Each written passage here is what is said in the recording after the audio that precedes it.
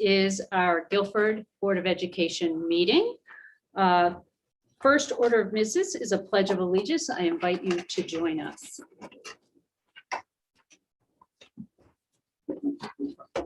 I pledge allegiance to the flag of the United States of America and to the republic for which it stands, one nation, under God, indivisible, with liberties and justice for all. Education meeting. First order of business is a pledge of allegiance. All right. Okay. Action on the minutes of June 14th. Is there a motion to approve the minutes for June 14th? So moved. Second, all right. Any corrections to those minutes? I have one correction, if I may. On page 2, under number 6, communications. The third sentence. I just want to note that it says here, Dr. Baus-Tracy noted that the Fund for Education Board and the Connecticut Association of Boards of Education wrote letters in support. I just want to note that's the Guilford Fund for Education. Any other corrections to the minutes? There's just one that it was just a name error. It starts at 10.3. Dr. Best noted the CIA committee met on May 24th, Dr. Schuyler. I know that's not the correct spelling, and it's just used a couple of times on page 7 as well, Dr. Schuyler, Dr. Schuyler. So just to call out, it's Dr. Schuyler. Oh, yes, Yeah. sorry, okay, Siler. Yeah. Thank you. Yep. Terrific. All right, any other? None, okay. So there's been a motion and a second, all in favor of the amended minutes? Aye. Aye. Any abstentions or Yes. retraction? Abstain. Yes. Okay.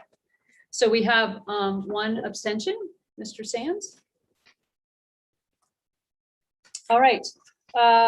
Approval of the June 22nd special meeting minutes. Is there a motion to approve these minutes? Second? Second. Any corrections? All in favor? Aye. Okay, that's everyone. Thank you. And the July 6th, 2021 special meeting minutes. Is there a motion to approve these minutes? So moved. I'll take one as a move and one as a second. How's that? All right. Any corrections to these minutes? Hearing none. All in favor? Aye. All right, that is everybody. Thank you. Okay. Next, there's an opportunity for public forum on the topics on the board agenda only. So our Board of Ed meeting has two times for public. This is for public forum on the board agenda. And then there is an opportunity for public questions at the end. So if you have a topic, a comment on the board agenda itself, please come to the podium, give your name and address. Oh, and there's a place to write that as well. Please give your name and address. When they're done, they can do it. Okay. On the table there. Okay. Oh, there's a pad on the table. Fine. It's Terrific. over there. This, all right, go ahead. Thank you. I think you're probably fine just speak. I'll just, okay. So sorry, I'm just gonna say one more thing. I am gonna ask there are a number of the public here, so to make sure that at any time people get the chance to talk. It is a board policy to ask people to limit to 3 minutes, because we do want to make sure that everyone who might want to talk has an opportunity. Thank you. Go ahead, thank you. Dear members of the Board of Education, my name is Danielle Scarpolino. My address is 405 Andrew Lane, Guilford, Connecticut.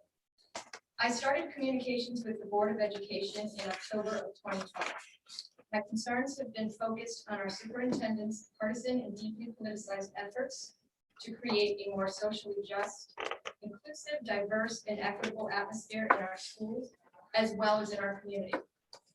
I'm just so very sorry. I'm just going to ask a quick question, if I Yes. may. What agenda topic are you This is addressing? in reference to his contract that is up. I So- believe that so- today you guys are. So we are talking about the terms, yes, of the contract. This is not a discussion of Dr. Freeman. If you have a comment about the contract, Yes. you may. It's pretty much about the contract, but it's. Okay, I just want to be clear. So as part of the policy manual and rules of Board of Education meetings, public comments about individuals are not part of a public meeting. So the but, individual is the superintendent and the topic on the agenda is to. So if you would like to address topics about his contract, you should feel free. So we would like for you to not vote tonight. We would like you to table that, and I would like to read as to why I think you should table that. Okay, go ahead. So his name will be brought up. That is okay, but I just want to make sure that, everyone make sure that they understand. This isn't my Thank you. first rodeo, but I appreciate your advice. So back to where I was. He has stated that it has been his goal for the past 3 years to elevate Guilford on its whiteness. He has disseminated emails with quotes and links to radical political figures, authors, and resources that espouse the beliefs of white privilege, systematic racism, whites being oppressors and non-whites being oppressed, inherent racism in whites, and most disturbingly, he makes clear that it is our children's responsibility to seek out these behaviors and microaggressions in their peers and confront them to create a more just future for everyone. Without the board's knowledge or approval, he purchased and distributed 300 copies, $6,000 worth of the incredibly racist and bigoted book, How to Be an Anti-Racist. He has collaborated with Dr. Sharon Locke, who is recorded in a Board of Education video dated January 25th, stating that, quote, her structure exactly aligns with Ibram X. Kendi's How to Be an Anti-Racist. All of this is recorded in front of the Black Lives Matter backdrop. His refusal to provide any opposing viewpoints, his refusal to email links of experts with alternative opinions and theories, his lack of financial investment in authors and experts who refute these decisive ideologies is in direct violation of school policy. And considering that our town is so divided over this incredibly sensitive issue, and the fact that the division is all over local, state, and national news publications, radio shows, and national social media outlets, I ask that you delay the vote to renew Superintendent Freeman's contract until after the November Board of Education elections.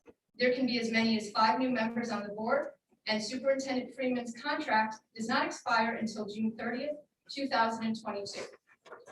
Voting to renew his contract today, almost an entire year before the board is contractually obligated to do so, seems like a rush to push through a $250,000 contract that might not otherwise be renewed if voted on later. It is your duty as elected official to heed the public's profoundly serious concerns and table this vote. Anything less will be in violation of your duties as elected members to the Board of Education. I am submitting a petition to you tonight demanding Paul Freeman's resignation and or dismissal on behalf of over hundreds of community members that could not be here tonight. Thank you. If I may, I do want to make a couple of important clarifications. Like many, or perhaps most superintendents in the state, Dr. Freeman has a 3-year contract, but the first year is the only one that has salary, compensation, and terms specified. So that it is part of what we do every year is in fact vote on contract and contract updates, because it determines Dr. Freeman's salary for the next year. So it is not something that we can postpone, whether that was a desire or not, because it is. June 20th, 2022. Excuse me. To vote on that. No, as I just I have the explained, contract in front of me. this is an interruption. The contract goes to June 30th, 2023. The salary is only specified for a year at a time. If we did not vote on a contract tonight, he would not have a salary specified for the next year. So it is a requirement that we will be voting on his contract so that he has a salary specified for the next year. It's nowhere in the contract that you have to vote tonight on. It There's is, nowhere in the contract that you have to vote tonight. on Ms. whether or not Scarpellino, excuse, I have the contract in front of me. I am the chair of the Board of Ed. I negotiated this contract. I am telling you that he needs to have a salary specified. So that is the end. That is absolutely what we will be voting on tonight. Not on the renewal of his contract, just his salary. Ms. Scarpellino, I have heard your comment, and we will then make a decision about what we're doing tonight based on the agenda and based on what is required of us for the next year. Thank you. Are there any other comments on the board agenda? All right. I would also just like to make clear that, we will be, that Dr. Freeman is unable to be with us tonight for a commitment to another meeting out of town, or normally he would be here. So I just want to share that with the public. That is the only reason he's not here. He was required at another meeting. All right. Next, review and approval of expenditures for the month of June 2021. Mr. Del Ventura. Thank you, Dr. Tracy. So as always, the Operations Committee have reviewed the financial report and warrants at our previous meeting, just this evening. In review of the financial report, as presented by Linda, thank you. We have the following notes for the month of June. Expenditures for the month were $7,703,182.42. Expenditures and encumbrances through the end of June were 98.75% of the budget as compared to 99.02 in the previous year. Revenue for June 2021 was $19,169.58, which included the following: $3,664 for the state of Connecticut for Raise adult education, $8,756 for E-rate for Adams and Baldwin Internet, $536.58 for the athletics viewing of games remotely online, and $6,213 for Medicaid. Salaries were percent of the budget expended approximates for the previous year. There's a small amount of salaries to be paid in 2020-21, but the majority of salaries have all been paid out. Employee benefits, the percent of budget expended is a bit higher than previous year. Purchase service, the percentage of the budget expended is lower than previous year. The credit for dues and fees is due to the reimbursement for IV testing, and the credit for electricity is due to energy incentives. The tuition percent of the budget expended is lower than the prior year. In terms of supplies and materials, the percent of budget expended approximates the prior year. The credit for computer software is due to a reimbursement from the town for the munis training. Our capital, the percent of capital budget expended is lower than the previous year. A reimbursement from the capital lease will be requested, but the equipment line will be over budget due to furniture purchases for the schools. In terms of our transportation, the budget of it is lower than the previous year. The ESSER 2 grant has been reported. And in terms of the warrants, which again have been discussed at our operations meeting, they totaled $1,428,669.78. Excellent. Thank you very much. Any questions? We did talk about this extensively in the Operations Committee meeting earlier this evening. All right. Mr. Del Ventura, is that a motion to approve the finances for the month of June? Is there a second? Excellent. All in favor? Aye. Is that everybody? Terrific. Okay. Number 6, communications. Does anybody on the board have communications to report? Okay, go ahead. I've received a few communications from community members asking for a few clarifications around the social justice and equity program. Okay. So I'm working on getting some responses back to you folks. Terrific. Any other communications that anyone needs to report? All righty. We are in July, so our student reps aren't with us And so we will get to the superintendent's report. Dr. Crisol, are you providing that for us Thank you, tonight? Dr. Balistracci. Wonderful. Dr. Freeman asked me to update the board on the status of the summer learning pathways. We had a great deal of interest in the pathways in the spring prior to the end of school. We ended up with about 110 students fully enrolled. We have 3 pathways running in each grade band, and we extended the program up until grade 10. So we now have a TED Ed learning pathway for high school students, which is highly successful. We've already received several comments from parents indicating how pleased their children are and how much they're enjoying the summer program. And we're really excited that we are working with Park and Rec this year to provide an afternoon extension for the summer learning pathways. And we're also talking about ways to extend this type of learning experience into the school year and possibly do something after school that is similar to the summer learning pathways.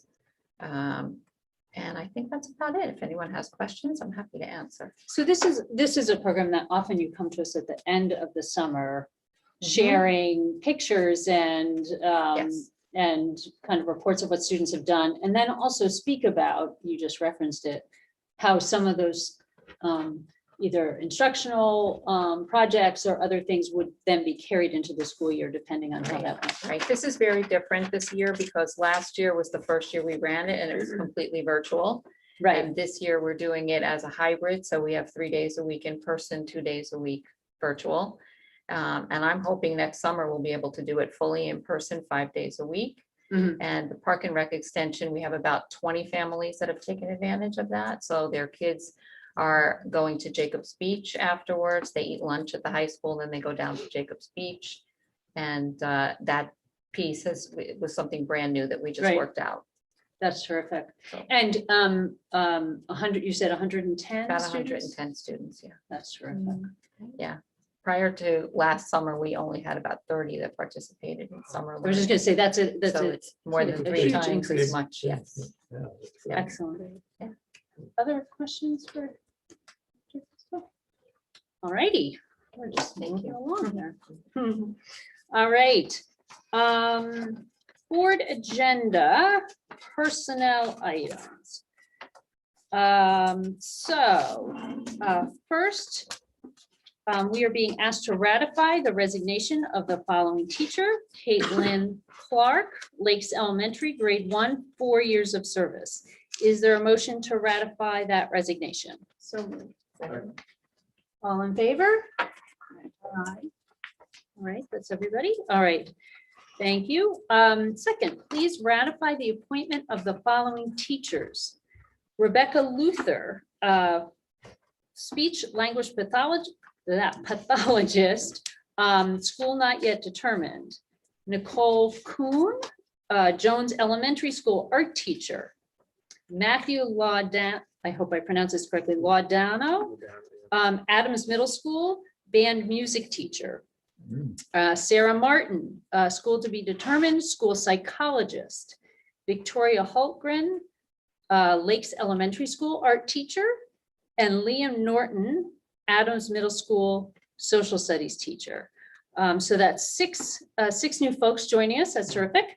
So is there a motion to ratify the appointment of these 6 individuals? So moved. Thank you. Second. Second, all in favor? Aye. Aye. Okay, that's everybody. Thank you. All right. Awarding the custodial supply bid. The Board of Education's approval is requested on the following bid. Custodial supplies. The bid contains 67 items used by the maintenance staff during the year. There are 12 vendors that submit bids. The request is to compile a list for the lowest bid per item. And I'm looking at Mrs. Trudeau because she's going to correct me if I say anything incorrect. Yes, for on each individual item, we go for the lowest bidder. Right, terrific. So there is then a request that we act on this procedure. Correct. Yes. Excellent. So I will entertain a motion that the custodial supplies are bidded out among these 12 or 12 vendors that are considered, and that the lowest bid per item is chosen. So moved. Thank you. Second, all in favor? Aye. I got everybody? Terrific. All right, thank you. Receive for possible action, a resolution on a capital equipment lease. All right, so we have a resolution to authorize a lease, the lease purchase agreement. This lease, capital lease, covers a large number of our technology equipment, things like iPads and Chromebooks, projector replacement, office desktops, and does include, it is again a capital lease, does include a maintenance vehicle. And I have a resolution here to authorize the lease purchase. That the superintendent and the business manager, acting either individually, collectively, are hereby authorized to negotiate the terms of and execute and deliver the lease purchase agreement and any other related documents on behalf of the Board of Education. Should I read more of this, Mrs. Trudeau, into the record? I don't think it's necessary. It Okay. hasn't been in the past. And the one thing that I failed to mention before is that the Board of Ed really cannot enter into debt on their own. That's So right. We require permission from the selectmen to do this. They voted at their meeting last week to allow us to go ahead with this lease. So they have approved their resolution Okay, already. So this is just the formality of the board approving the resolution. The board already approved the lease purchases as part of the budget process to go ahead with this lease. okay, terrific. So that was so much better said than I would have. Terrific. So I would like a motion then to support the authorization of this lease purchase agreement on part of the board. So Mr. moved. Galino, thank you. Second, Mr. Sands, all in favor? Terrific. All right. And Mrs. Trudeau, please feel free to interrupt me if I misspeak. Let's make sure I'm doing all this correctly here. Receive for possible action. Okay, so this is our bidding process for the technology lease. The lease is a 5-year term for the purchase of $500,000 of technology equipment. We are first being asked to waive the usual bid process because, and we've done this before with the technology lease, there are only 2 companies who do this kind of lease. So we do have proposals from both of them here, TD Equipment and Finance, with payments upfront, payments of $102,271.60 with an interest rate of 1.13%. And then the lowest proposal from JP Morgan Chase for payments upfront was $104,345.89, interest rate of 1.435%. The first thing then I am going to ask is for a motion to waive the bid requirement, given that we only have 2 companies who do this kind of lease. Is there a motion? Mr. Sands, thank you. Is there a second? Ms. Sullivan, all in favor? Aye. All right, terrific. The second part of this is to then make a motion to award the bid. The recommendation from the administration is to go with the technology lease, to award the technology lease to TD Equipment Finance. Again, I'll repeat that this was the lower payments of $102,271.60 with an interest rate of 1.13. Is there a motion to support this award? So moved. I have so moved and I have several seconds. All right. All in favor? Aye. Okay, that's everyone. Terrific. Thank you. All right. Moving along. 9.5 on our agenda, receive for possible action, waive bid requirement for the renovations to Adams North parking lot. I am going to turn to you, Mrs. Trudeau, to just give us a quick update on this, if you would. Okay, thank you. The project for the parking lot, the original intention was to utilize a vendor that has already been bid through the state of Connecticut or another consortium.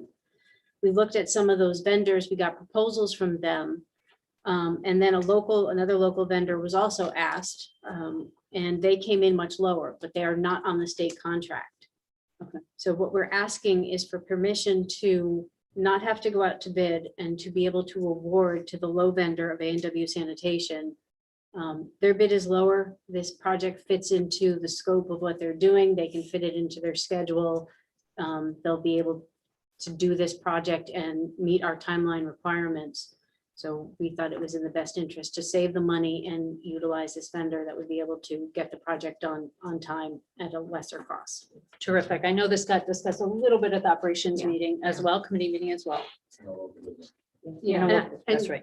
Just to clarify, the A&W Sanitation's bid is $75,738.77 compared to the next lowest bidder of $104,000. That's right. It's almost $30,000 lower Yes, than so, the and next then the lowest other bid. two that we received were even higher than the That's right. 104,000. Right, I'm seeing 129,920 as another bid and $135,248.08 as another as well. So this is significantly lower than any of those bids. Yes. All right, thank you. Is there a motion then to waive the bidding requirement for the renovations to Adamsworth parking lot? That's the first step. Mrs. Sullivan moving that. Second, thank you. All in favor? Aye. Aye, all right. And then I'm going to ask for a motion to award the bid to A&W Sanitation Yes. in the amount of $75,730.77. Is there a motion to approve that? I'll make a motion to, So- oh, sorry. No, no apologize. I'll make a Okay. motion to approve the bid of $75,738.77 to A&W. Terrific. Okay, and Mrs. Sullivan, a second? All in favor? Aye, terrific. All right, thank you.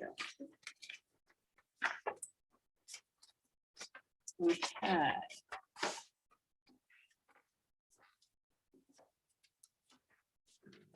Okay, receive for possible action, extension of superintendent's contract and terms for that contract. Does everyone have a copy of the update? Yes.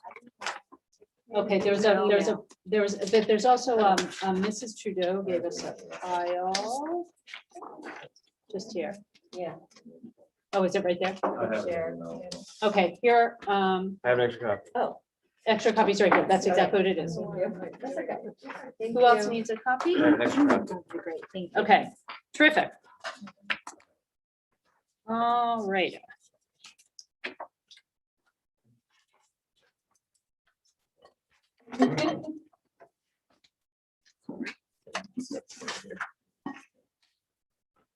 Okay, so the process for the contract for the superintendent is one we take up every year. It begins with an evaluation of the superintendent that is conducted by the board. It then follows a process by which we have internal discussions.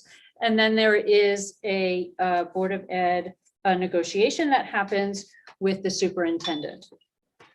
We have gone through that process over the last month or so, several weeks.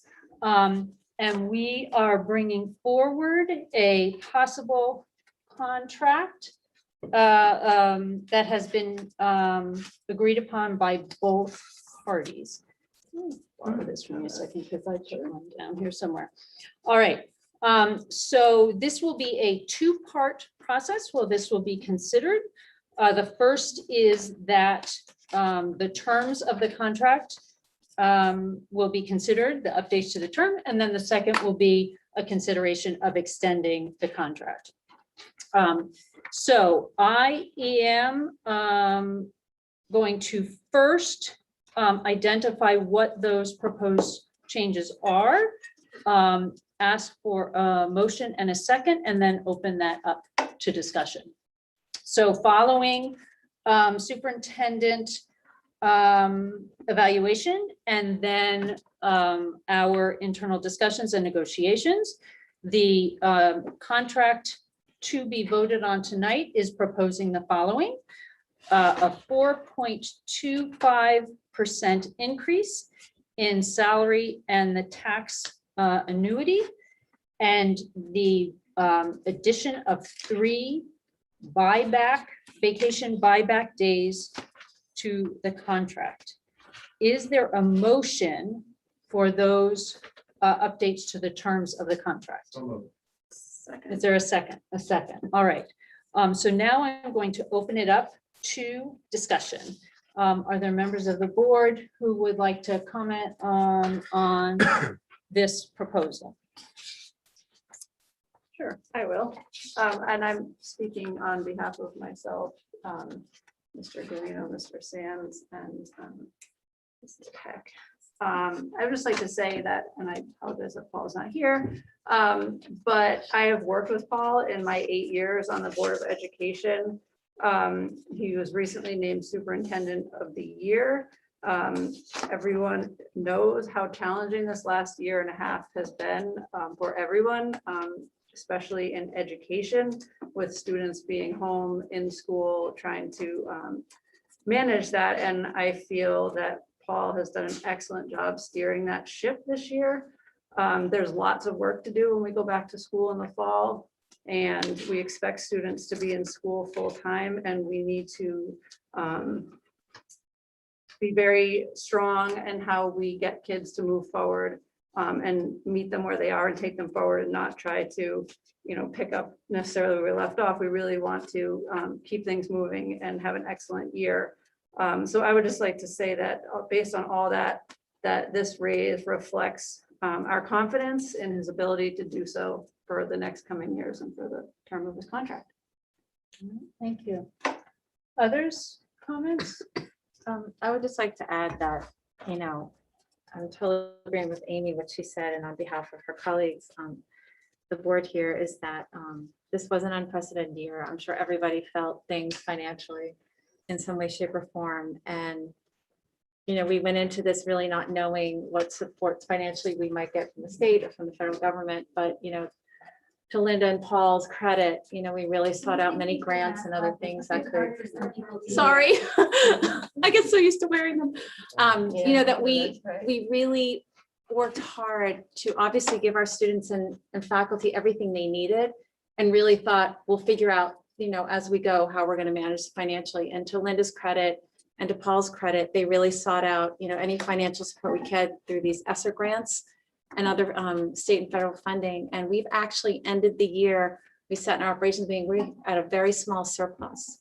So there are districts around the state that are in the millions deficit. And so we never for a minute under Paul's leadership thought to give less to our kids and our teachers this year.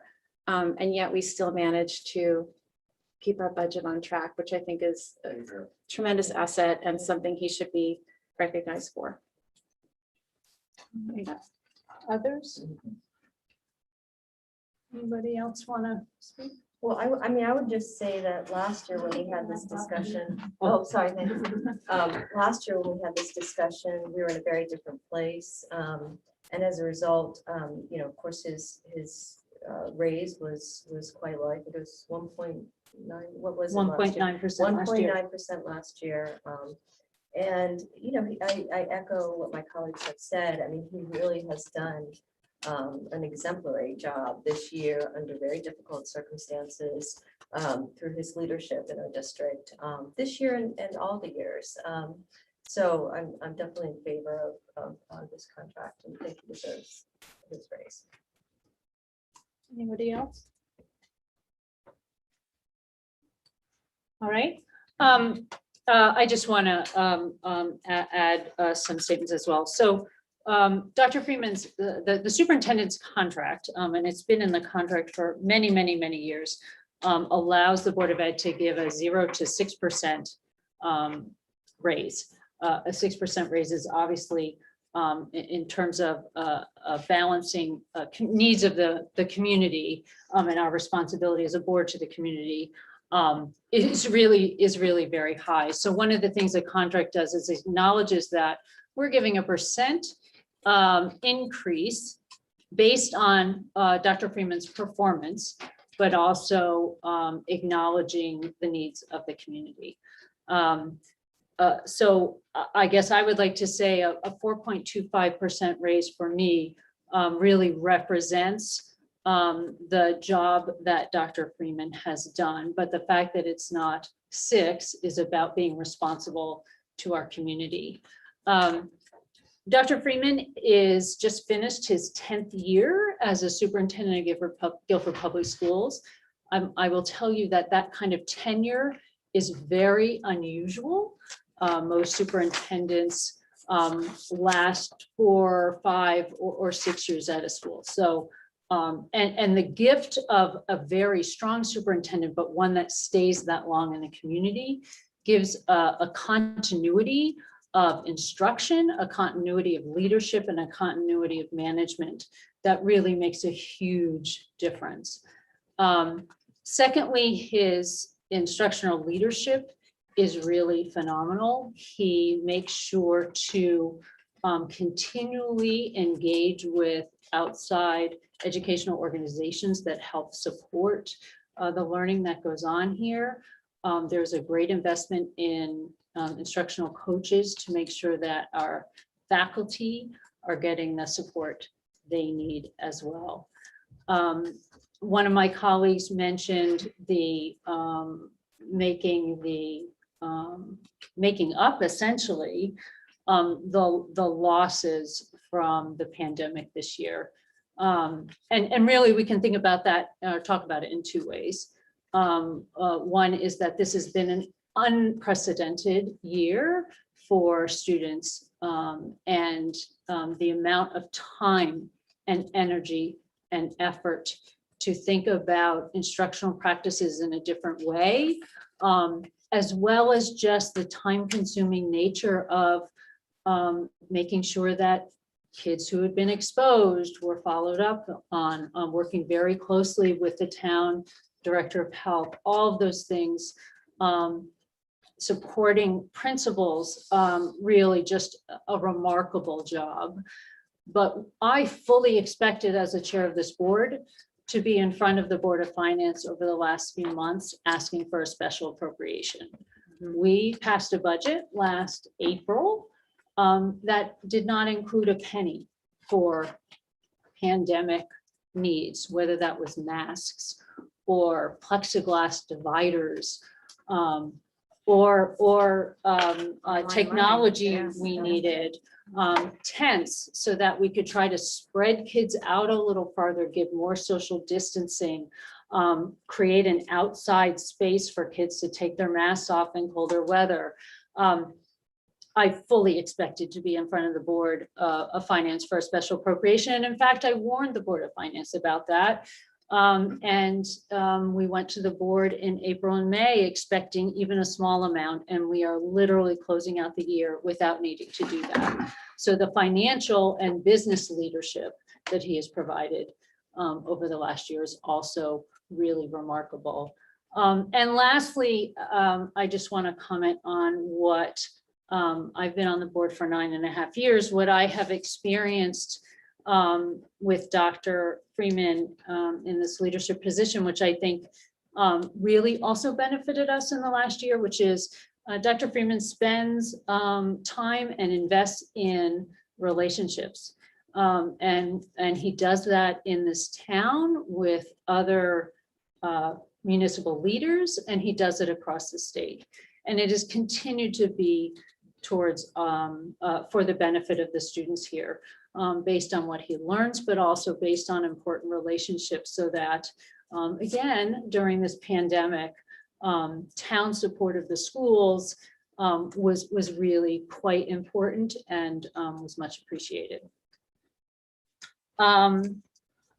So we have in front of us, and I'm going to ask for a motion that we update Dr. Freeman's contract to include a 4.25 increase in the salary and the tax sheltered annual annuity, and 3 vacation buyback days to be added. I'm going to just say as an aside, because I did not mention this, our administrators have had not very much vacation time over the last year and are losing it. So this was an opportunity to recognize that as well. So again, I'm asking for a motion for a 4.25% increase in the superintendent's contract for salary and the tax sheltered annuity, and the addition of 3 vacation buyback days. Is there a motion? So moved. So moved. Second. Second. Any other conversation? All in favor? Aye. Okay, that is a unanimous vote. The second part of this contract is for consideration of an extension of the contract for a 3rd year, which then would be added to the contract. Is there a motion to extend Dr. Freeman's contract for an additional year for that 3rd year? So moved. Okay. That was Mr. Del Ventura. A second, Dr. Rest. Any other conversation about that? Okay, all in favor? Aye. Okay, that is unanimous. Thank you. All right.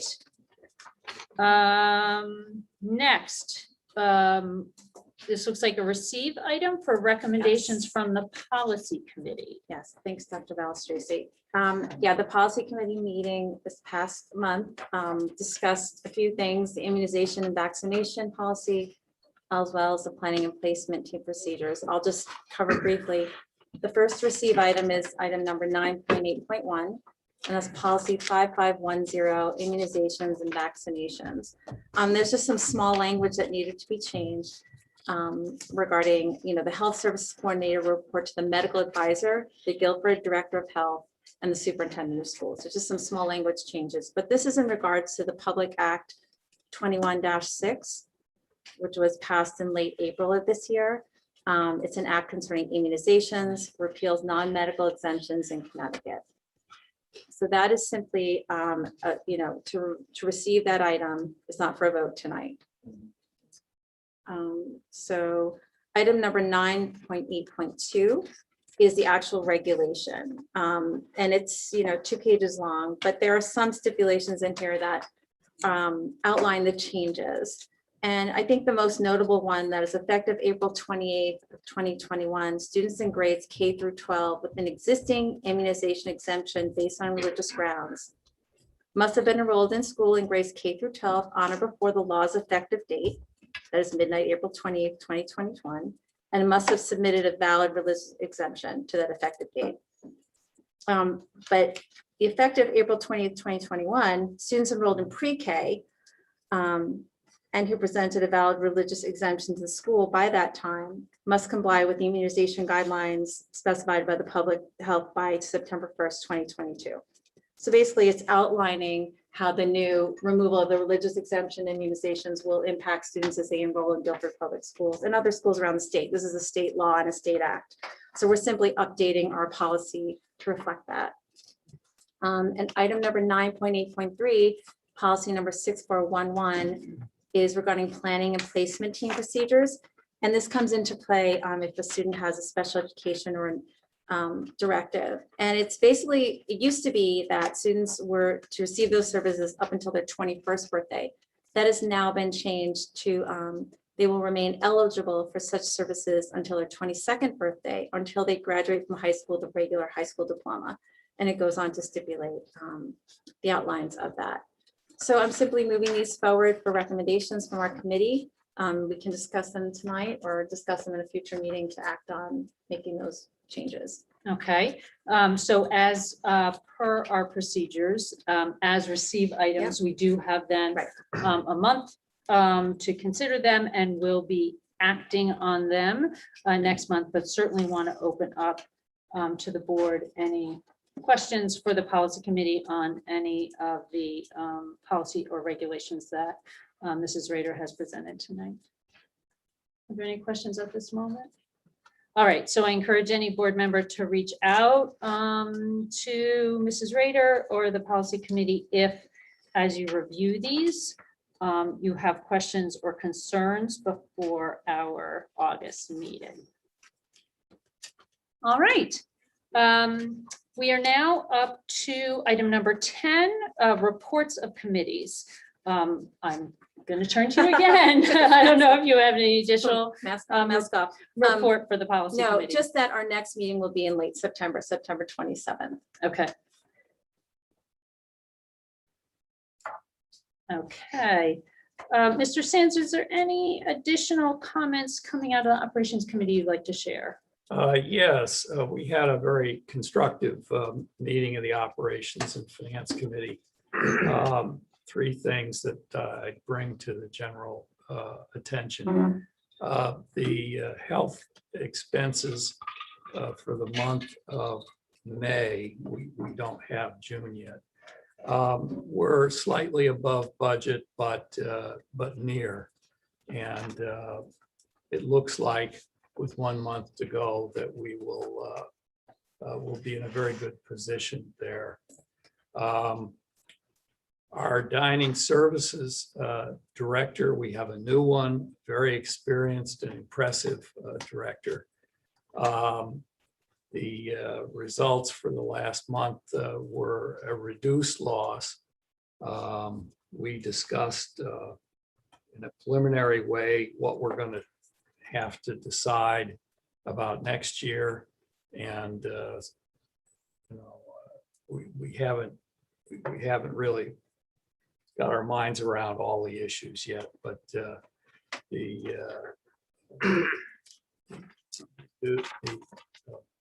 free lunch program has been extended by the feds and by the state, so we need to figure out how to work that into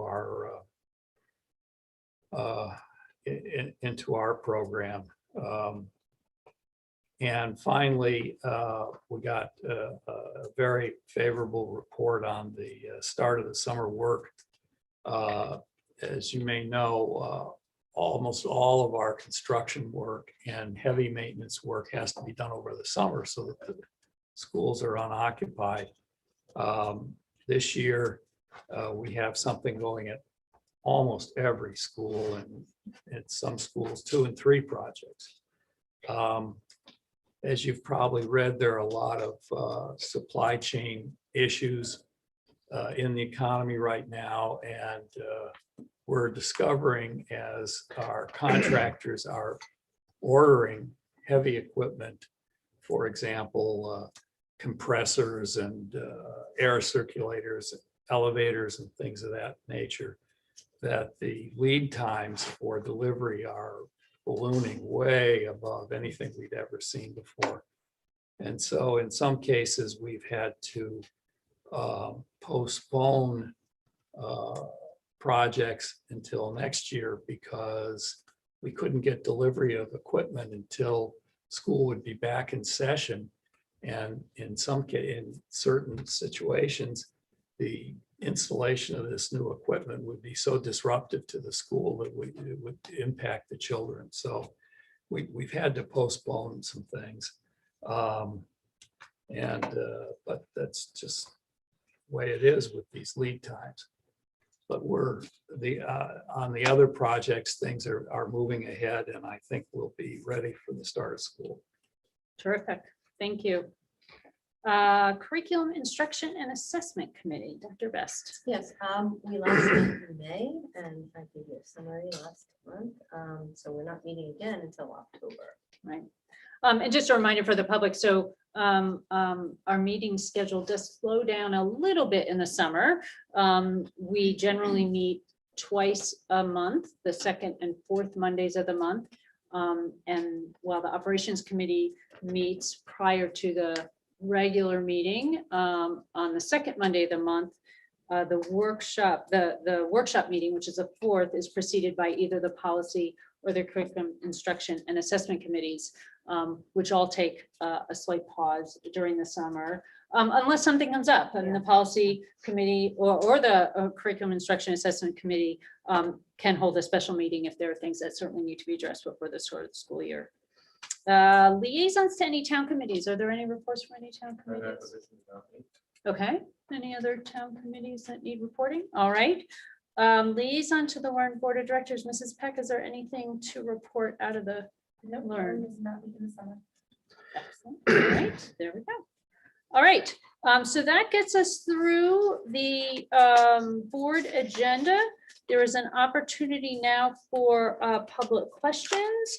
If anyone in the public would like to address the board, again, we just ask you come up to the podium, state your name and your address.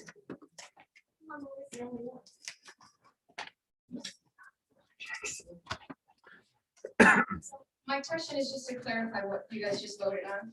Okay. It's a sincere question. Yeah. So from my understanding, Mhm. Paul Freeman's current contract is from July 1st, 2019 through June 30th, 2022. No, his present, the contract that we just had was from July 1st, 2020 through June 30th, 2023. So the contract that's on the website has not been updated. This is a prior This contract. should be, we certainly try to have the most up-to-date contract. The one that so tonight what we did was we extended the present contract, which will be it will be backdated July 1st, 2021 through June 30th, 2024. Okay. So the information I have in front of me is incorrect because it has nothing, those dates are not on here. This is a non-updated form that I got right off the internet. Well, we just voted on it. We just tonight, voted so on it, so it's not going to be up there yet. Okay, so, but the point is, the vote that you did tonight, Mhm. it says here, at least with those similar dates, Okay, that you were able to vote before June 30th of 2022 as to whether or not to extend his term. Is that incorrect? Is that, I'm reading this incorrectly? so the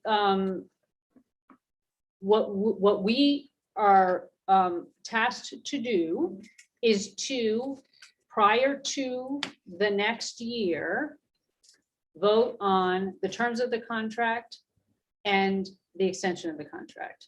This year, as you can see, the vote happened on July 12th, which is 12 days post that time frame because of delays due to the pandemic. So the salary increase will backdate to July 1st. Okay. If you're reading a 22nd date, what that means is then in for year two of the superintendent's, now, as we just voted on it, current contract, we will be considering salary and an extension prior to June 30th, 2022.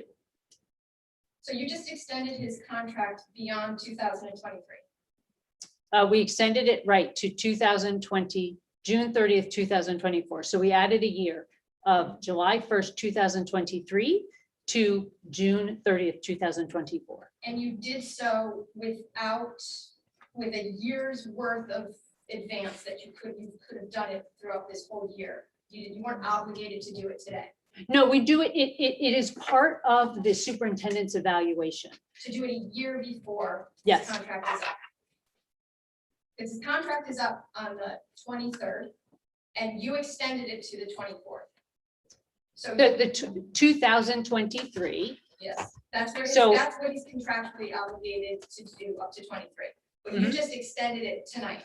Yes, for an additional year. This is a practice across the whole state of Connecticut. Right. Boards of Ed are doing this And for you over the have last the month. option to not, if you so choose. You Absolutely, it is Right. our option not to do And that. I came before you and asked you to table it and provided evidence as to why I think it's very serious that we table it. I'm sorry, Mr. Sands, this is the second time you've made such a rude gesture. I thought I was supposed to be able to come Ms. here. Scarpellino, could we speak just stay on freely. topic, please? So It's very your hard to question, stay on topic when an elected official for the second time now has been so incredibly rude. I'm sorry if I'm boring you, Mr. Sands, but it's your job to sit there and listen.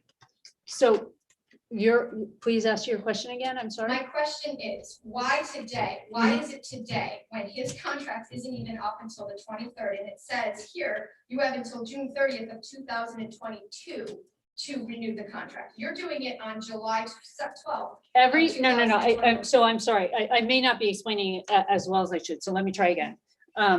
So, and this is an approach across Connecticut. A superintendent has a 3-year contract. And in fact, all of our other bargaining units actually have 3-year contracts. It's a common length of time. For a superintendent, what happens, and again, boards of ed across the state have been doing this, there is an evaluation process that happens as you head towards the end of the school year, an internal process of evaluation.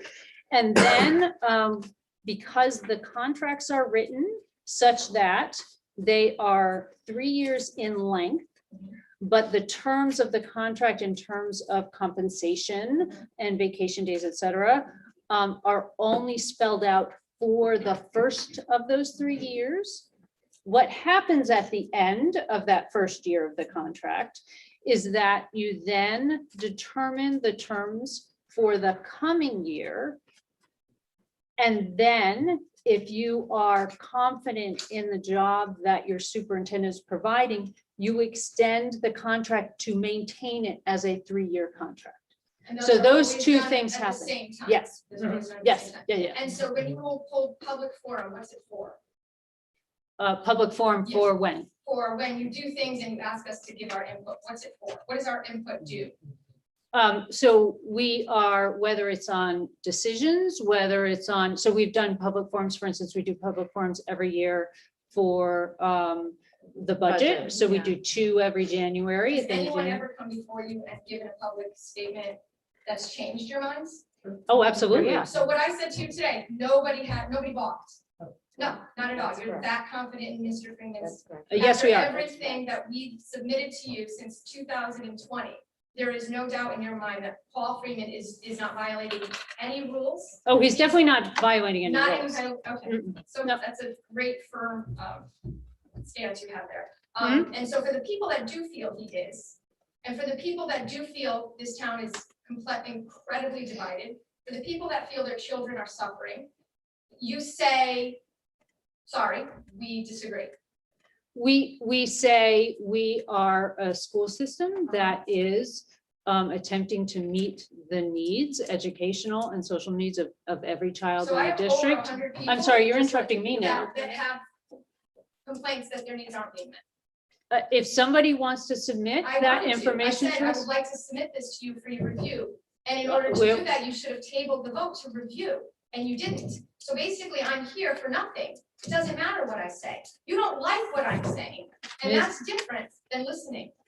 we listen to everyone. We have also heard a large number of people in support of the work that And Dr. that's Excuse always me, your you're statement. interrupting me Can again. you say that large number? What's the number, Kathleen? I- Is it we- larger than 200? Is it larger than 300? Is it larger than 400? Is it in the thousands? We- Larger than 200. It's certainly larger than 200. We have several petitions that You are may larger than 500. You submit Okay, that. Submit I them. offered to submit them just now, and you voted anyway without But seeing them. can I, Danielle, So you can't go back. You I know, just no, tabled I your- understand. Believe me, I understand your frustration. I guess what's important to understand is it's on our agenda to make this vote tonight. And so then- but it's a public document that we've now stated to the community, we are voting on this tonight. And so it is our duty and our You can table. responsibility. And if you don't get the ayes and the whatevers. Right, but we have to put it forward. You put it forward. And we did, And and, everyone was in it, even the yes. Republicans put it forward. but that's. I This was know, a but unanimous, that's- this is a That's unanimous what I I'm know. process saying and a it unanimous here for vote. the record for everybody, Yeah. so when we go back and watch this video, and when the vote comes up in November, the votes will reflect the board's reaction to parents like me. It will, and there's parents like me, they just don't have the courage I have, and I don't blame them, because they're being attacked, they're being called racist, their children are terrified. It's created an awful atmosphere in this town. And your unwavering support of Paul Freeman did nothing but make it worse. Your role is to oversee him. Your role is to take input from the computer. We It's do, not we working. do. This is how it's working.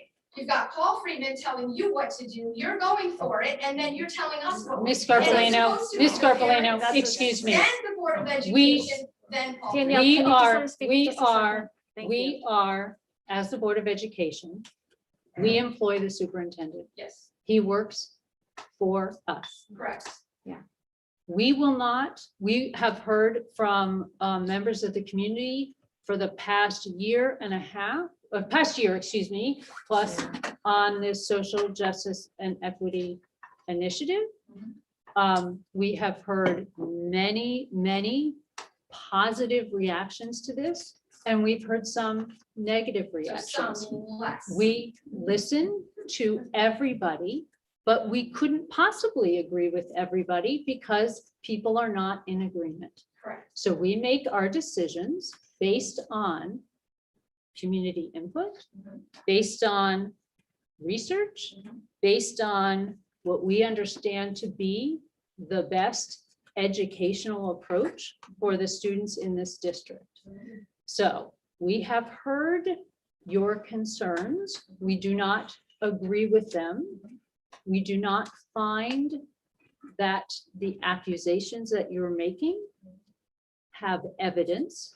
And so That's- we that's have your opinion. I supported, can provide we have evidence for supported, every single thing that I've just stated. okay. So we have heard your concern. We voted tonight because we believe that the superintendent has done the job that, that we have expected from him. And we have awarded the updates to the contract accordingly. It's very unfortunate that you voted this way. We expected some of you to consider this, and none of you did. And we feel as though we are unheard. And it's only gonna get worse, because you voting on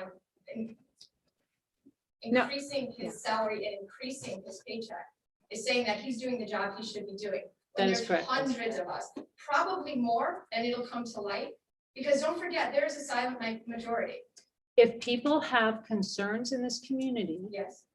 they should reach out to the Board of And Education you're all and telling share me them. that you received very little concern. That is about correct. the- That is absolutely absolutely correct. That is correct. absolutely Can I- That is Danielle, absolutely can I correct. ask you something? Yes, This is yes. totally genuine. Can I ask why this is the first time you're here? I wish you had, no, and I'm not criticizing. Okay. I'm being very honest I'll because tell we you why. have I'll tell you received, why, and can I'll I use- just finish Yes. though?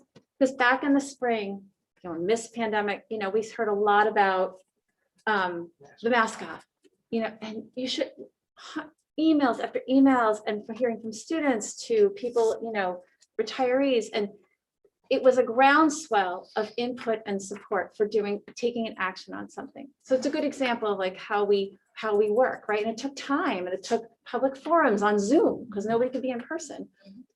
And I feel for your thoughts and opinions, but I wish you had, and not that it might have changed anything, but to come on the night that we're voting, you may be in the minority, but it's not that we're not hearing you. It's Which just no, I'm that sorry, just On his wanna know. contract tonight. it's his contract, So, why am I coming on the night of his contract? No, I'm saying Why didn't I we come had to act before? tonight. We couldn't not act on this tonight. So if I had come earlier in a prior, you might have taken more time to consider whether you would vote for him or not. I'm not saying that, but what I'm saying is, hold on, no, it's not funny, because it's an important It is question. funny, it's actually very funny. But why because didn't you're you all show up talking- Here's the question I Because I'm a mother have. of three, I own a small business, I- I am doing I'm missing my. This is son's not a last criticism. Little Okay. league game to I be know, there. hold on, it's not a And criticism. only to be unheard. Yeah. let's- Okay, So, sorry, I'm so just trying to help. I thank you for sharing your comments. We listen to every comment. You don't. We Kathleen. excuse me, You don't. we listen to every comment do. and we read every email. We don't necessarily agree. And that's the If difference. you listened, So I you would appreciate, ask more questions. You would want, just like you're trying to create inclusivity. And what about our inclusivity? What about the we people who don't welcome, agree with this approach? We all want inclusivity. We all want fairness, equity. We all want it. This approach is politicized. It's divisive. It's that is splitting your us. opinion, No, and we it's a are fact. hearing your, no, it is not a It's fact. This- Thank this- I'm gonna- everything, all of Ms. these Scarpino. resources, they are one-sided political resources. That's That is your undeniable. opinion, but I thank you for coming, and I do want to give other people an No, opportunity to talk. Am I taking there's anyone another- else's time? You did. Yeah, I am. I know exactly. And I would like to move. No. But I Thank just you. want to say for the record that you brought up Paul Freeman was elected as superintendent of the year, but you forgot to mention that he's president of the organization that awarded him president of the year. Little bit of a conflict of interest there, and it really wouldn't be bragging about it, because we're not done. And I just think that your job is not to be his friend and to blow smoke up his, forgive me, but it's to oversee him, and you're not doing your job. I hope y'all get.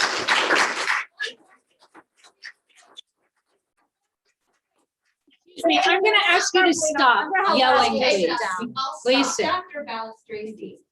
No. boy. Hi. Hi, how are you? No, it's Dr. It's okay. Hi.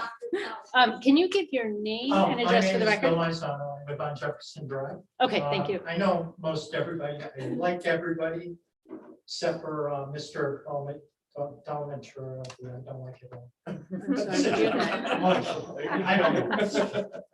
Little lucky. Anyway, my comments are simple. I'm not angry at anybody. I'm not gonna yell. I'm not gonna get worked up or disturbed.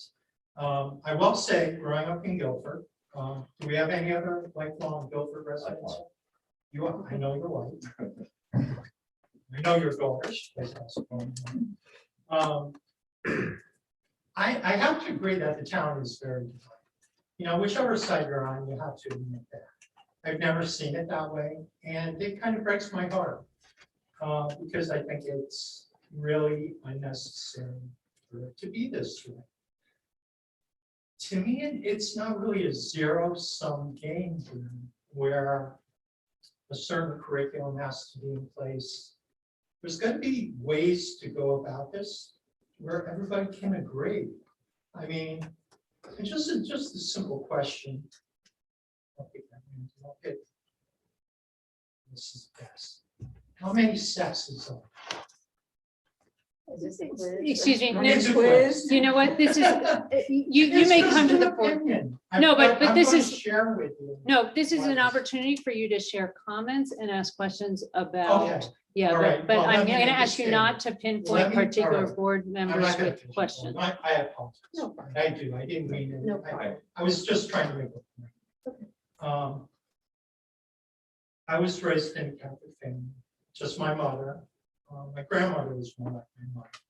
And she was very religious. She's Irish Catholic. And I grew up believing those two sexes. I still do. If anybody disagrees with that, I'm okay with that. That doesn't bother me a bit. I've raised my children in Catholic religion. They believe those two sexes. They go to school and they're taught different.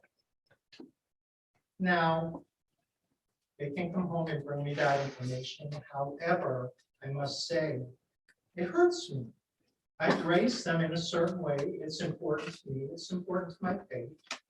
We don't discriminate against any sexual orientation, color, never have.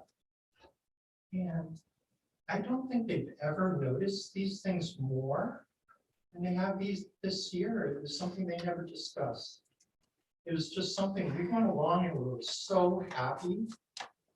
And I found a few times I've had to go into school and I've spoken to Dr. Freeman. He has been very kind. But it doesn't seem like we get anywhere with this. And I'm wondering if just you as the board and Dr. Freeman, because you're all intelligent, but intelligent and I believe reasonable people can come to some sort of solution to this problem we're having in town, which I do believe is unnecessary. I mean, my kids are very young, very young. And I don't think they should be carrying the burdens of adults with them. I mean, even as adults, myself, I can't figure out these problems. And how is my 11-year-old going to figure it out? I mean, this is really confusing for them. You know, if there were a high school program, and I'm sure there's parents out there today who welcome it and think that this equity and social justice is terrific, and I would not argue with any one of them. If they feel that way, God bless them. If there were electives in high school and you wanted to study that and you really wanted to delve into it, you have my blessing, more power to you. But if you're a parent like myself, who's a little bit more traditional, I think that we should have the right to be able to opt out of that. Does that seem unreasonable, and say, you know, this is not really the direction we're looking for our kids? After all, we are their parents and we do love them to death. And I would never, ever allow them to be unkind to anyone for any reason. Any reason. And that's not just race or religion. That gets down to just being mean about the size of someone's nose. I wouldn't allow that. So, you know, that's kind of my appeal to you tonight. You know, it's just a reasonable thing. There are people, quite a few, who just don't like the direction. And if they had an avenue they could follow, perhaps, I think that would work. I don't see why it wouldn't. And we could all be the Guilford I remember again, where we went to school, looked forward to seeing our friends, didn't have the weight of the world on our shoulders, enjoyed the sports, we're getting past the COVID. You know, so I'd like to be optimistic and think that perhaps that would be a possibility. They're older then too. And I think when you're at the high school level, those are subjects you can tackle. If you want to get into that kind of history, then by all means, sign up for that history and learn about it. And I would welcome that. But if you don't, fine. Then there are plenty of history classes. History was my thing in college. I know how many there are. So, I mean, it can be very diverse. And I think that's, like you say, there's strength in diversity. I believe that too. And I think that could bring us all together.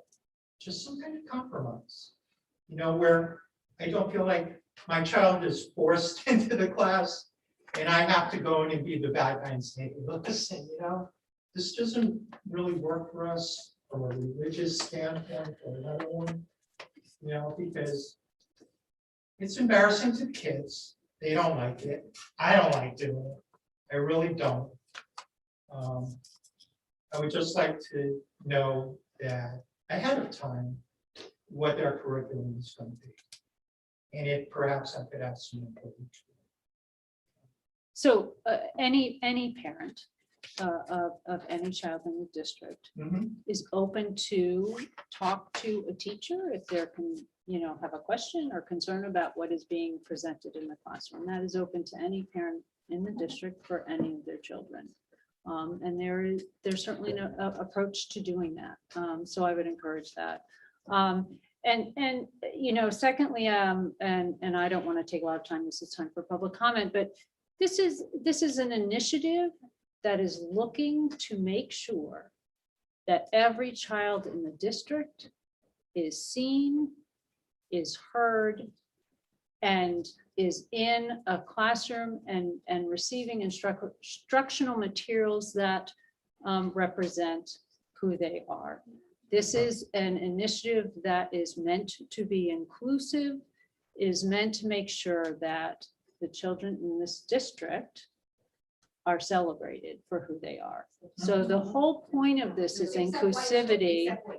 And I would encourage people to please learn as much as they can about what we're doing. So, excuse me, if you would like to speak, we're going to ask you to come to the podium and not shout from the audience. It's not fair to the person at the podium. So thank you for sharing. I do want to give an opportunity for other people who might want to May speak. I just wind up quickly? Oh, sure. I Yes, have I'm sorry. reached out to a couple of the teachers. Okay, great. You know, I don't want to name them or anything, but they never got back to me.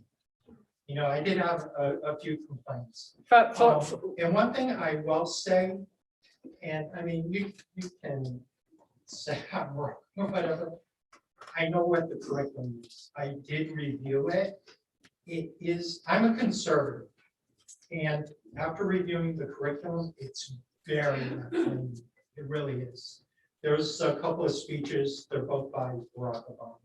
I'm not a fan.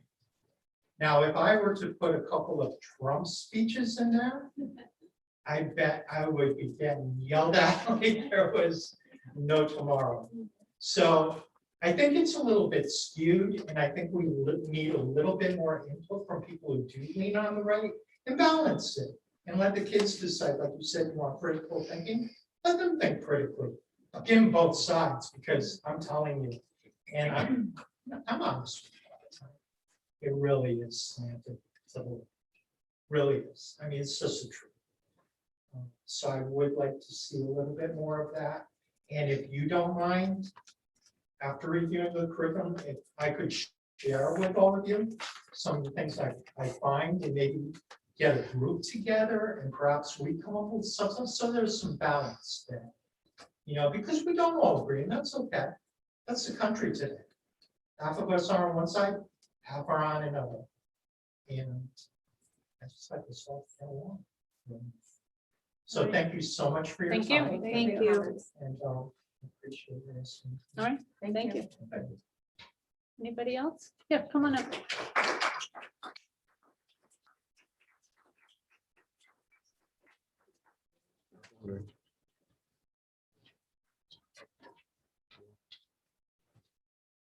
Excuse me. Watch the cord. Yeah, don't trip. A lot of wires. Okay. Okay.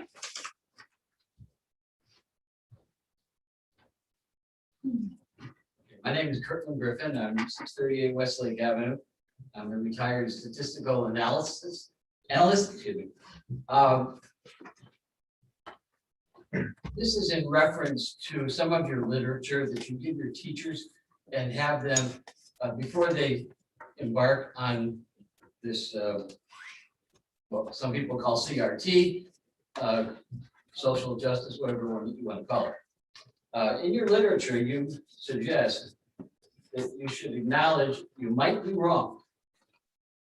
And I think everybody should take that under consideration.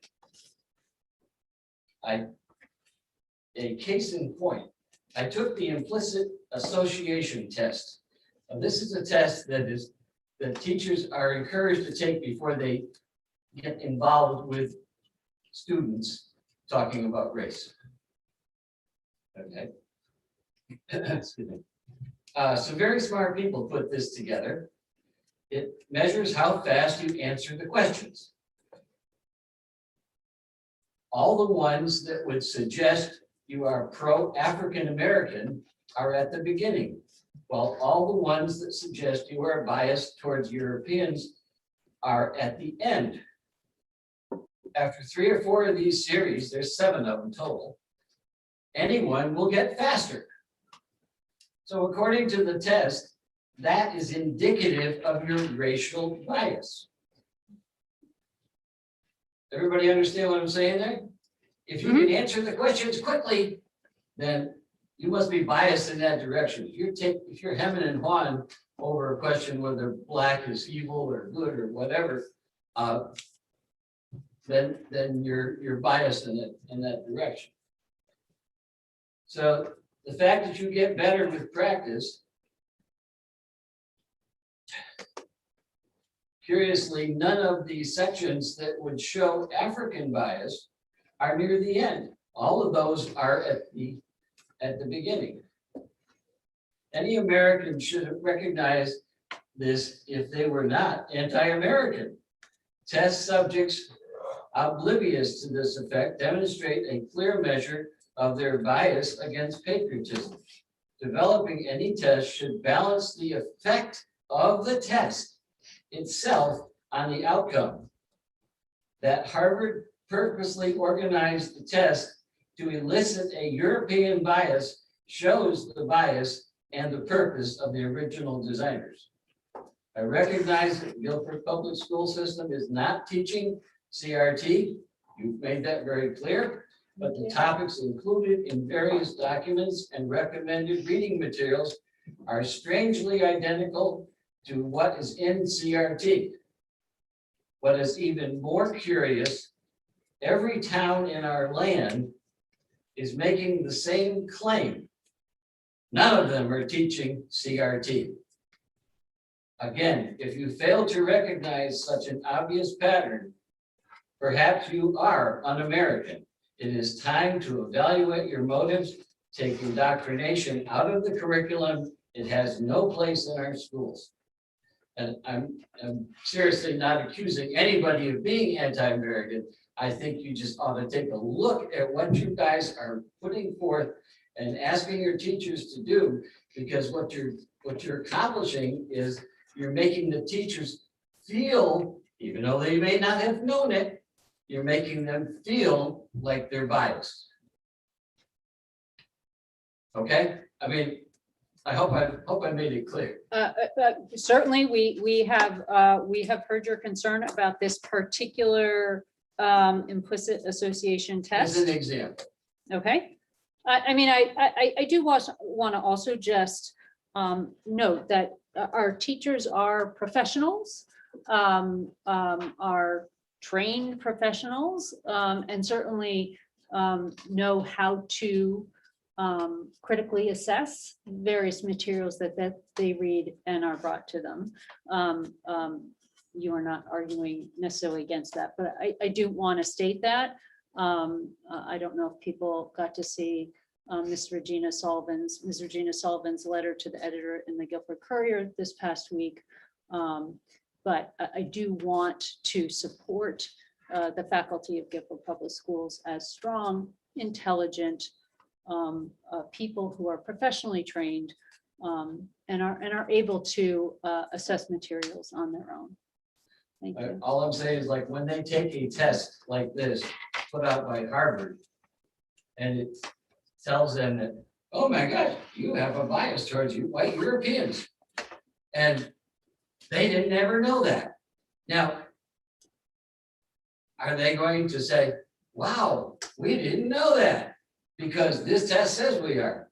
And the test itself is, I can tell you, as a statistical analyst, it's biased. Okay, well, thank you for sharing. Thank you. Is there anybody else?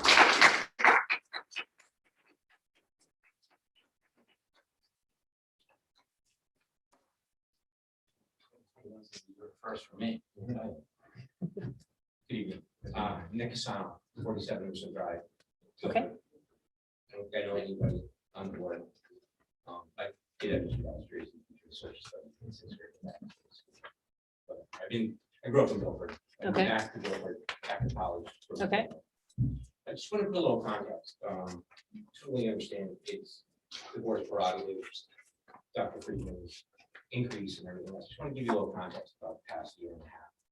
You made a very compelling case as to why he deserves that, and that's the prerogative. I understand you debate that. I work for Yale and Haven Health System. No one can testify to how trying of the past 2 years have been. The people I work with are amazing people. We have set up COVID mass vaccination centers. We have set up massive COVID testing throughout the state. We've been asked by the state to do even more. I've had people who work for me give hours upon hours. Nurses in the hospitals doing things they probably never imagined they would have to do. As a manager in that organization, I sit down and I evaluate all their performance. And I can tell you the raise you gave Mr. Freeman, though he did extraordinary things for extraordinary needs in the past year, is a little out of line with what some people are receiving. There are times people do their jobs because it's what they are asked to do. It's a position of character and quality. 4.5% is a lot of money. There are people who got no raises. There are people who got half, not even half of what Mr. Freeman got. And they gave more of themselves to others in direct patient care into the community. I just wanted to put a little context out there. Thank you for your time. Thank you.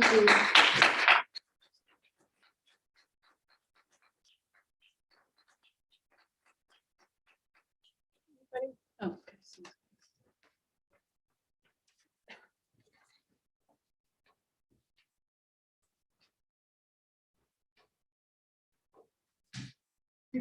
Good evening.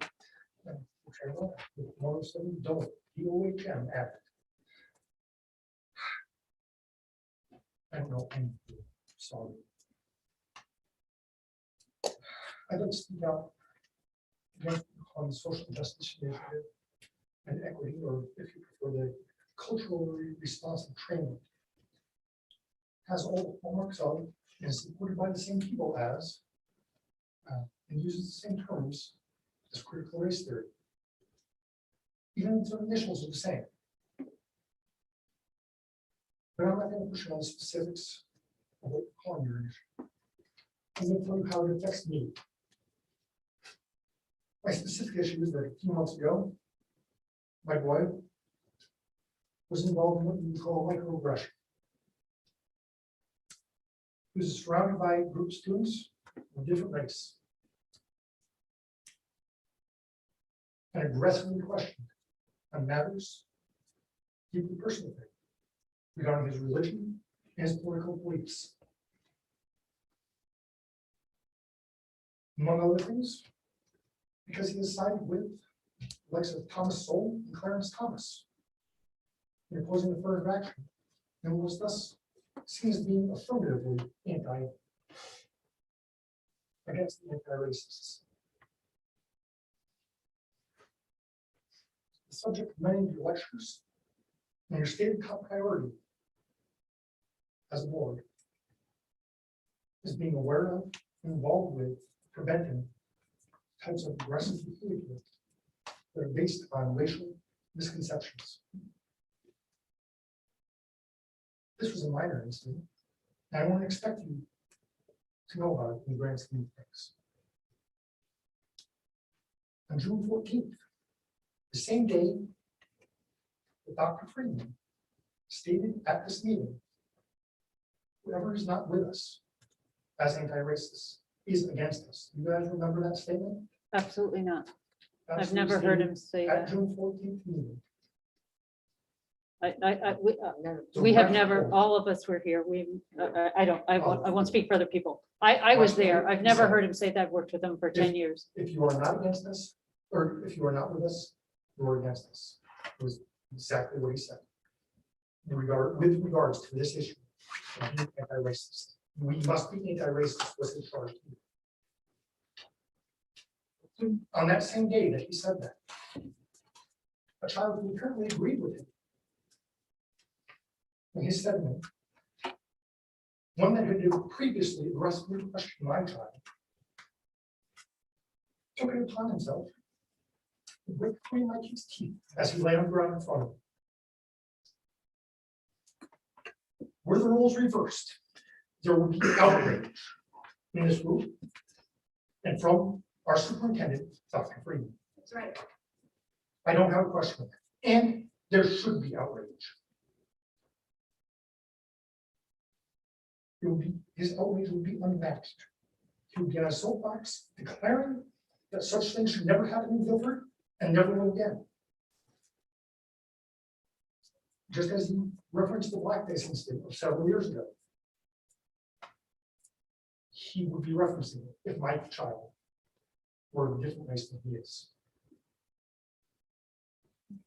But instead, when the newspaper asked him about it several weeks ago, he had no knowledge of the incident that had taken place in the schools, about the police report, about any of it.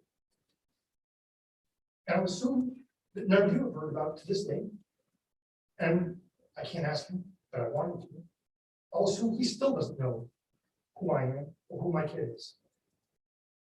Because he doesn't care about my minority. Minority of religion and politics. He doesn't have interest in protecting my son. He's chosen, and you have the board, as a board, have chosen to see marginalized people based on their race or their sexual orientation, not on who's literally being kicked in the teeth for the views that they hold. There's no tolerance for religious or political minorities in the school system.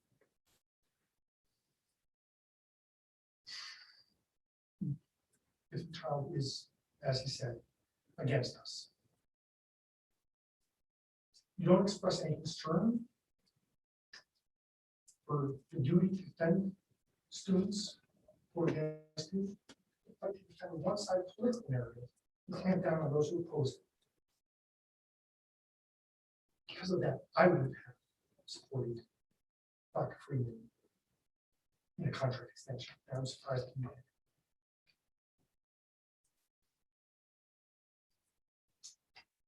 So let me be clear that if any child in this district at any point is attacked or otherwise bullied, that absolutely should be reported. It sounds like it was. I hope it was. Please know that these matters are dealt with by the administration, but because they involve students, these are not, they will not be identified specifically to Board of Ed members. We need to always protect identities of students. I'm just giving information that I want to make sure the public understands. That if there is, Where something happened. if there's, all I'm saying is that if that most certainly an equity and social justice initiative is about inclusion and is about making sure that all students are acknowledged and celebrated. And in no way does this board or the administration tolerate students being attacked or bullied, so that I simply encourage people, if a child experiences that, to make sure that they report it. I just want to make sure that that is heard by everybody.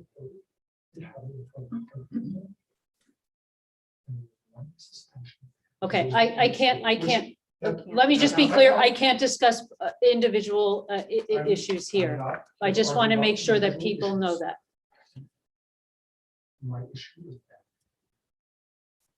one such circumstance we talk about years later as though it's the most important thing that has happened in this town ever. A circumstance that is more violent, that is equally racially charged, that is against somebody because of their views, we're blissfully unaware of. And that is my problem. I'm truly sorry that was your experience. That is not certainly the intention of the Board of the Administration. Thank you.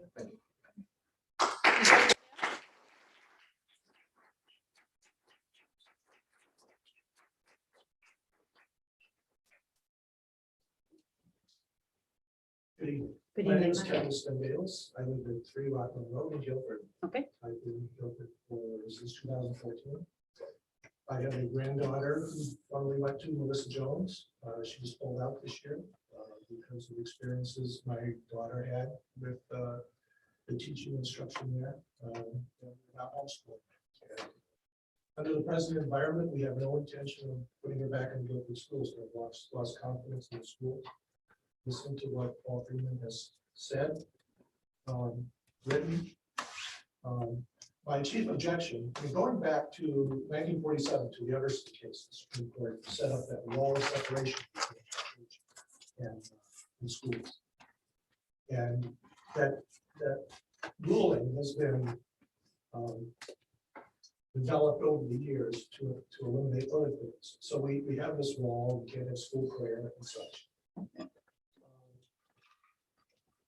No, we don't allow that.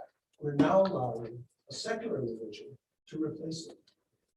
If having religion in schools was improper, having a radical secular religion that is also racist. I read even Kennedy's book. That is a racist book. It's clearly racist. When you, as a, by skin color, demonize one race of people, the whites, it is racist by definition. And the book is filled with statements like that, and it's also thoroughly political, going into a variety of issues. So my chief objection is that we shouldn't even be moving into this area of extreme and radical politics. Teachers should not be promoting any kind of political agenda. It's totally improper in the classroom. And it's coming from the top. Paul Freeman, by buying 300 copies of that racist book, Without permission. without permission, it has in a sense given carte blanche to the faculty to feed upon what's in that book. That now becomes acceptable to the rest of the faculty. Those ideas, and there are broad ranging ideas in that book that are all on the left. And the fact that he did it without providing any counterweight to that by any of the writers on the other side. And I could recommend Shelby Steele, who wrote White Guilt, which is a really well thought out, balanced book of his personal experiences, being a Black militant in the 60s and early 70s, and then converting to a Black conservative. And now he's tarnished because he's a conservative, because he's supposed to think like all other Blacks think. The same with Thomas Sowell and other Black conservatives, Clarence Thomas. This goes on, that kind of bigotry goes on routinely with Black conservatives. So if you're going to inject politics, and I can only see that if you're engaging in, at the appropriate time, in a history class, in a civics class, and you want to inject political issues, the teacher should always be providing both sides of the issue so that students can learn to think and balance based on evidence and countervailing views. But when they're given one, they're being told they have only one acceptable point of view to advocate. And in cases that I've learned about in Guilford, they're presented with materials that lead them to that conclusion that the teacher expects. That's not teaching. That's indoctrination by definition. And that goes on quite a bit from what I've heard since I've been in Guilford.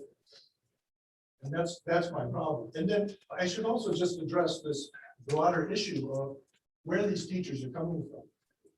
Teacher schools are overwhelmingly leftist. So they come out of those schools with that mindset. And then they begin teaching. And then they are brought into the teachers' unions, which are extremely political, joined at the hip to the Democratic Party. And that should cause them some degree of restraint. That because they are in a political organization, but it's not their role to try to advance the narrative and the agenda of the political party to which their union is attached. That's totally improper. I have a friend who teaches physics at a college in Connecticut, and he teaches, of course, in climate change. And he's a skeptic, as I am. And because there's a lot of countervailing evidence about that. But he teaches this class, and when the class is over, he's proud to say that the students don't know his position. And that's as it should be, because he's taught them both sides of the issue. And unless that's done, then what you have is not education, but indoctrination. And that's what really bothers me about what's going on in Guilford. And we're very happy right now, as things stand, to teach my granddaughter. Oh, my wife and I are teaching her, and her mother is teaching her. And she's getting a great education that's a lot better than what she would have gotten in Guilford schools, I'll tell you that. Because I'm a historian, I'm a former law librarian, I've written 29 books, and she gets a lot of education from us. And we engage in all kinds of connections when we teach her.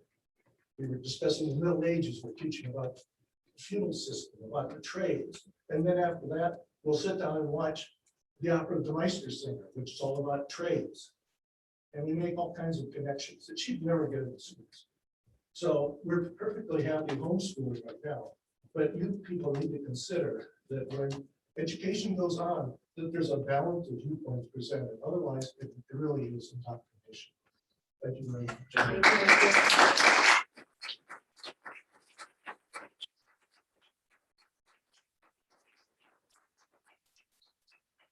Any other public comments before we adjourn? Okay.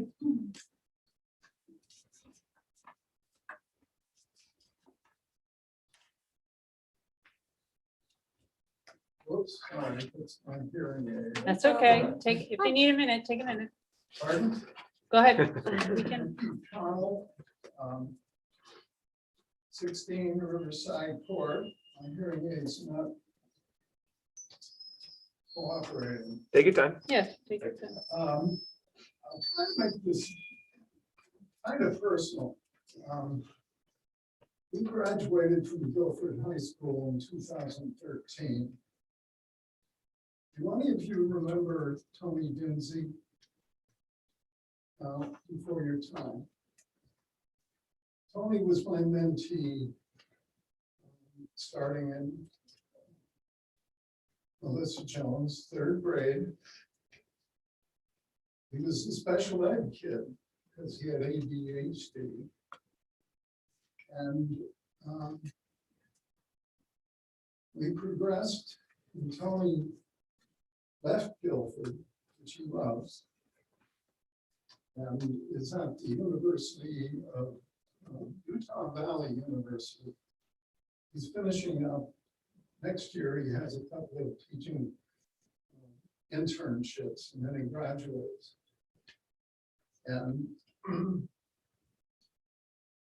he was meeting with the head of the school of social work, where he has known to do social work ever since he was here in Guilford. And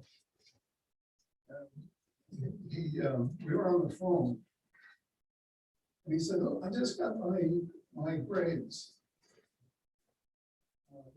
And I said, "How are they?" He said, "You tell me."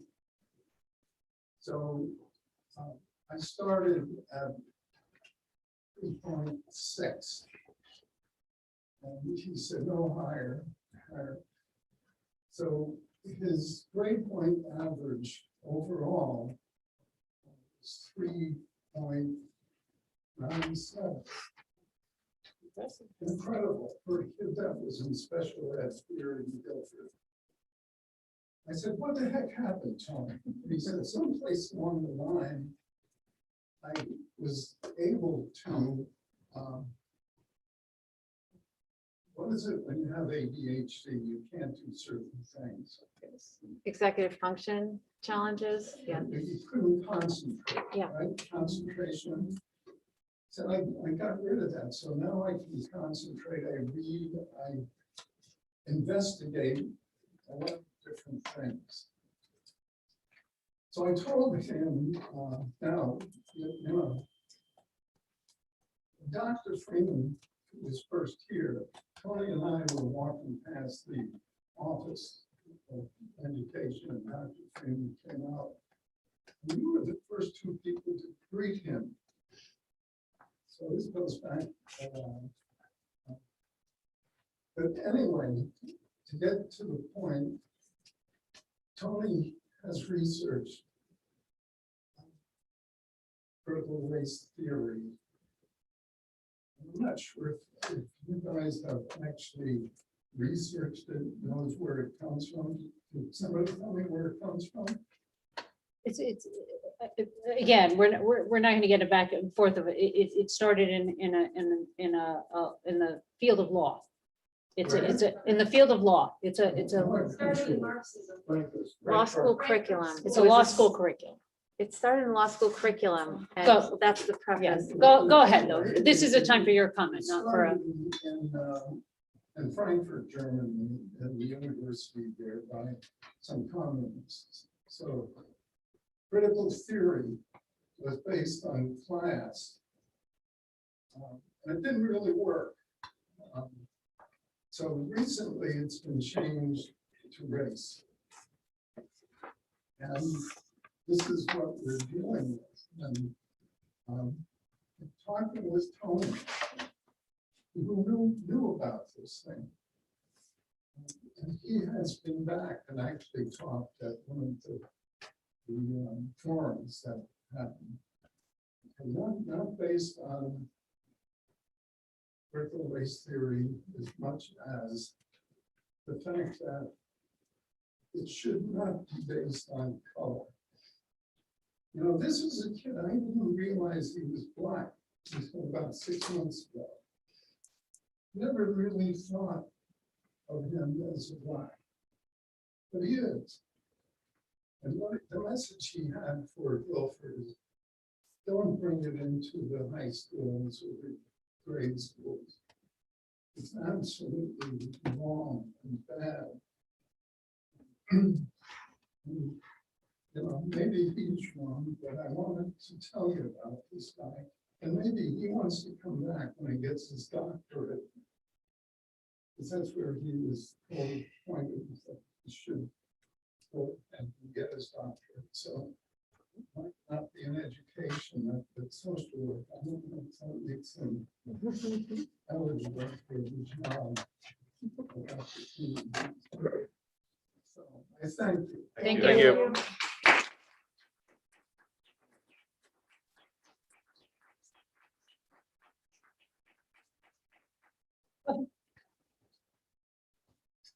Hi there, my name is Dr. Jennifer Scoggin. I live at 325 Old Beechamsett Road. I've been to the board before to share my comments in support of Dr. Freeman's work. I'm a literacy specialist and educational researcher. As I've shared in the past, I will say that I spend a tremendous amount of my personal and professional time looking at research primarily around literacy practices and best practices to support the needs of all learners in any community. And I have always felt very proud that the decisions of the Guilford Public Schools have been in line with all of that research. As a parent, navigating the role of someone who thinks about these things really deeply, but then is also a mom when she goes into schools to meet with teachers. I want my students to be critical consumers of media because they're getting all sorts of input from a variety of places, and I want them to be able to do some of the critical thinking work that I think is being supported by the initiatives that you all have bravely taken on. About 2 weeks ago, a few parents started a petition around town to solicit whether or not people were in support of this work. And a petition was circulated in support of Dr. Freeman's work and of all the work that you all have taken on in less than 2 weeks. As of 7 o'clock tonight, when I left to come here, we have over 750 signatures, all from Guilford residents or recent graduates of the Guilford Public Schools. So I wanted to come here. I'm happy to submit those to you all once I dot all my I's and cross all my T's and get it to you. But I wanted to come here tonight and share that with you because I think it speaks in support of the work that you're doing. Thank you. Thank you.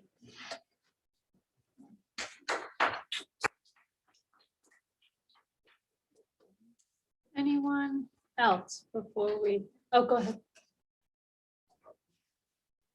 Hi, Lisa Kelly, 1888 Jennifer Drive. I have an incoming rising third grader and incoming kindergartner. I just wanted to rise to put on the record that I support your vote tonight to extend the terms of Dr. Freeman's contract and the terms themselves that you guys proposed. I just think that he has done a wonderful job in leadership and management throughout the past year and a half. And I think he understands that one of the key roles of education is to prepare our students to be productive, successful, empathetic members of their future communities, and to help them through their teachers navigate all of the subjects with a critical eye and understanding the full context of those subjects in preparation for being productive and successful in their future communities. And to do that in a welcoming and inclusive atmosphere. I think he has made that known that that's his vision, and I support that. So thank you. Thank you. Anybody else before we close? I'm sorry? To clarify my statement, Sure. nobody remembers me saying, you're not forced to request this. It was 52 minutes, 32 seconds in, and 6:14. He said, not if you're not forced to request this. If you're not with us. You're not part of the solution, you're part of the problem. Okay, thank you. Thank you. Thank you. Anybody else? One good thing is, I don't need my. Actually, you do. This is a televised I'm sorry, meeting, I didn't know. so we need you to, yeah. I just want to say, I was the DARE teacher at Baldwin for about 18 years. And I had the pleasure of working with John Diblio. I am going to miss him so much. I'm just going to say, it was the best. My daughter loved him. And I just want to say, I am so sorry to see him go. He is absolutely true. So if you could just let him know that. That's terrific. Yeah, Great, thanks for mentioning Okay. that. That's terrific. Thank you.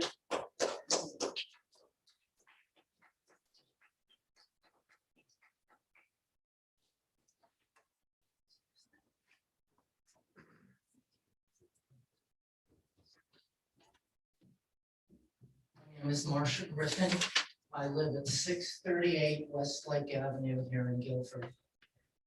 I had not intended to speak tonight when I came to this meeting. And I am also, to be perfectly honest, very hard of hearing. And I did not get a lot of the comments from the folks who spoke. And nor did I hear a lot of what the board said.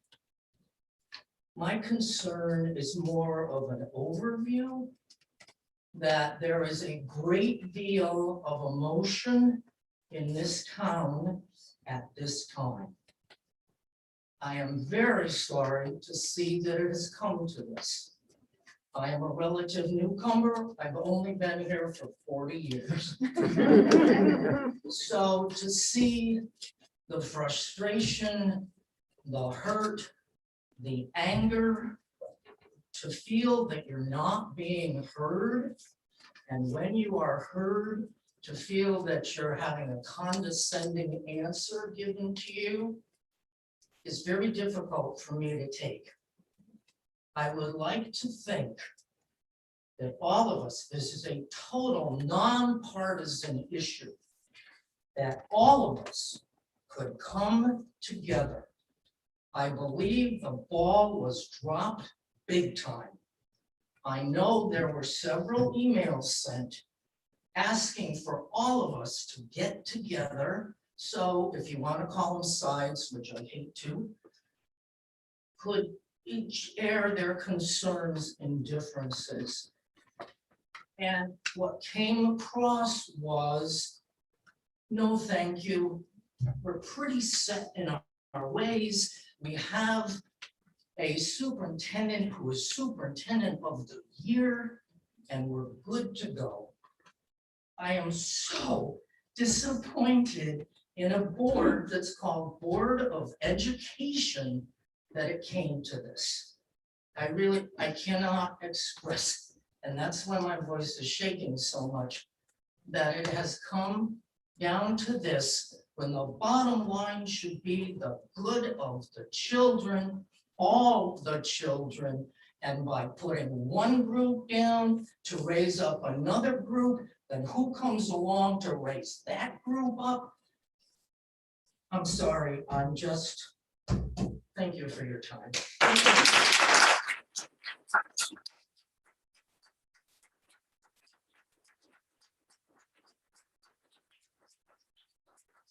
Is there anyone else who wants to speak? Okay, I think I'm just gonna close with this really plea, and I think we as a board will continue to find ways to try to communicate very clearly and very specifically what the administration's aims and goals and actions are in support of this equity and social justice initiative. And I'm going to ask the community to share their concerns if they have concerns, but also try to find out as much as they can about the equity and social justice initiative. I think it's been a little bit of frustrating as a board member because sometimes it feels like we use those words and then assumptions are being made about what we're doing in our schools and in our classrooms. And I'm just going to ask that people not make assumptions, but find out as much as you can. Find out about what this initiative is about. This initiative is not putting anyone down.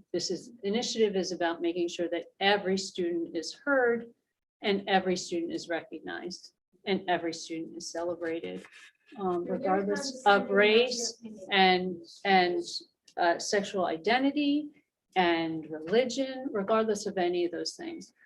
So I just really encourage people to find out as much as you can about what's going on in Guilford Public Schools, not what's going on in schools across the country or in other schools, but what's going on here. How can we And- find that out? Will and we be I sending just- emails? How can we know exactly what's going on in the classroom? We have to dig I- back and dig in. Because we are digging and digging and finding. So reference. what I would ask you to do then is one, send us an email, say, we're really interested in trying to learn more about specifically what's happening in the classroom.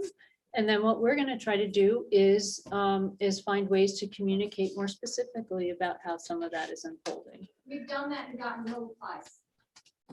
I'm sorry, we try very hard to reply and we will continue to try to do that. Excuse me, Ms. Scarpelli, I'm going to ask you to stop rudely yelling at us from, The lies are, we're done with the lies. no We don't one, reply to parents. okay. When they don't I'm going to reply, ask you to stop yelling from the audience. Thank you. We are trying to communicate as best we can about this initiative. We are happy to try to find additional ways to make sure that information gets About out. a public forum. And that you I reject am time going and to, time Ms. again. Scarpellino, I'm going to ask you to stop yelling from the audience. I'm Thank sorry, I you. just can't sit here. I am going to look at the agenda. So we are now ready to adjourn. Is there a motion to adjourn the meeting? Second, all in favor? Aye. All right. Thank you. That